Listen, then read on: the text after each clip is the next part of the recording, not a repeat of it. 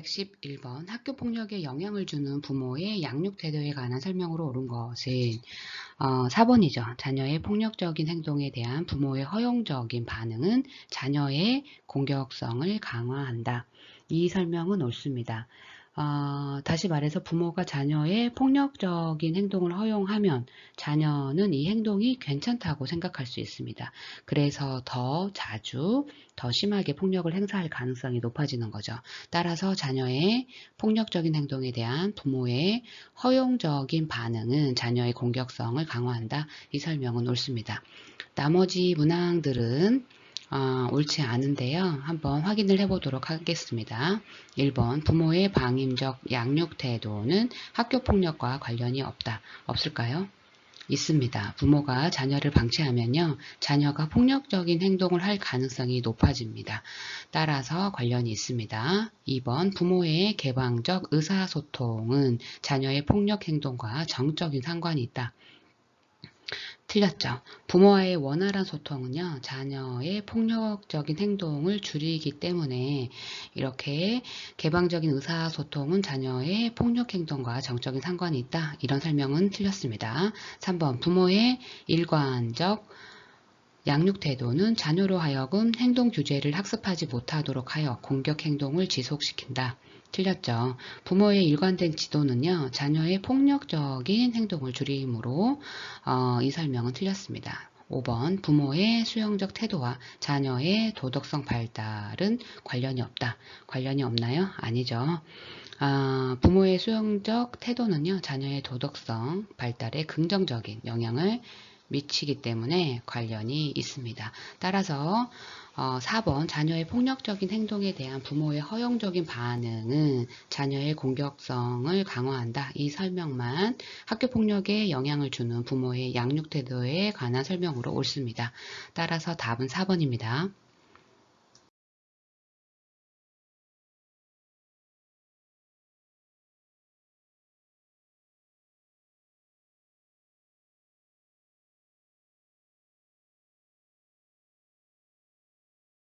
112번 청소년 인터넷 중독에 관한 설명으로 옳지 않은 것은 답은 3번입니다. S척도는 한국형 인터넷 게임 중독 자가진단 척도이다. 이 설명은 틀렸죠. 먼저 S척도는요.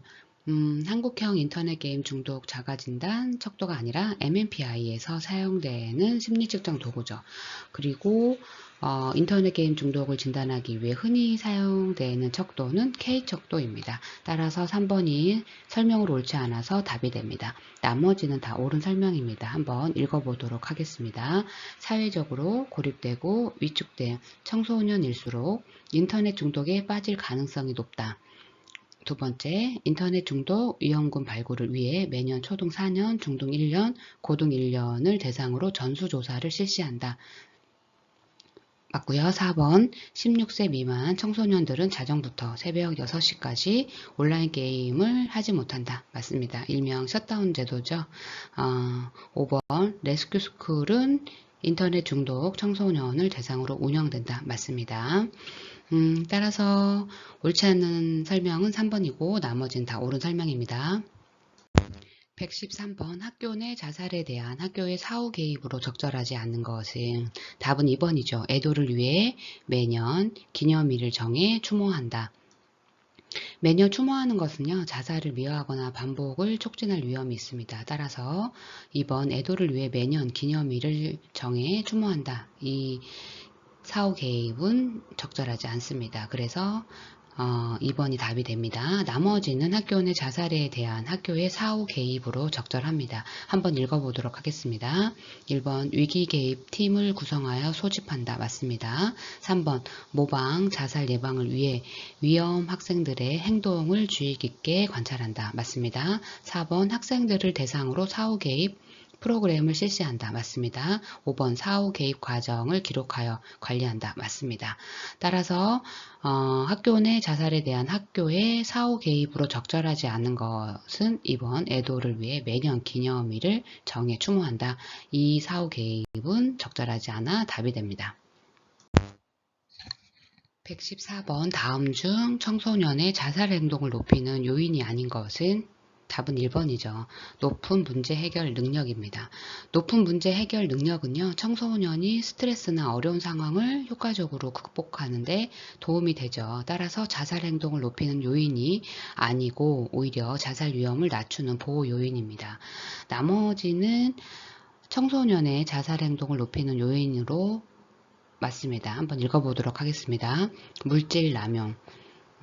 이분법적 사고, 즉 흑백 논리적인 사고죠. 극단적인 결정을 내릴 수 있게 하기 때문에 자살 위험을 높입니다. 네 번째 학교 생활의 부적응, 다섯 번째 가족 구성원 간 갈등. 맞습니다. 모두 다 청소년의 자살 행동을 높이는 요인으로 옳습니다. 1번 높은 문제 해결 능력만 자살 위험을 높이는 게 아니라 낮춥니다. 115번 다음에서 설명하고 있는 자살 이론 모델을 제시된 내용을 보겠습니다. 자살을 촉발하는 사건이 생물학적, 심리적, 인지적, 환경적 위험 요인들 간의 상호작용을 통해 자살로 진행된다고 설명하는 상호적, 다차원적 모델. 어떤 거죠? 그렇죠. 5번 자살궤도 모델입니다. 문제에서 보면 자살을 촉발하는 사건이 생물학적, 심리적, 인지적, 환경적 위험 요소들 간의 상호작용을 통해 자살로 진행된다고 설명하는 상호적, 다차원적 모델이 무엇인지 묻고 있죠. 그런데 자살궤도 모델의 정의에 따르면 이 모델은 여러 위험 요소들이 상호작용하여 자살로 이어지는 과정을 설명합니다. 이 정의는 문제에서 제시된 설명과 정확히 일치하죠. 따라서 문제에서 찾고 있는 자살 이론 모델은요, 자살 궤도 모델입니다. 그래서 5번이 답이 되겠습니다.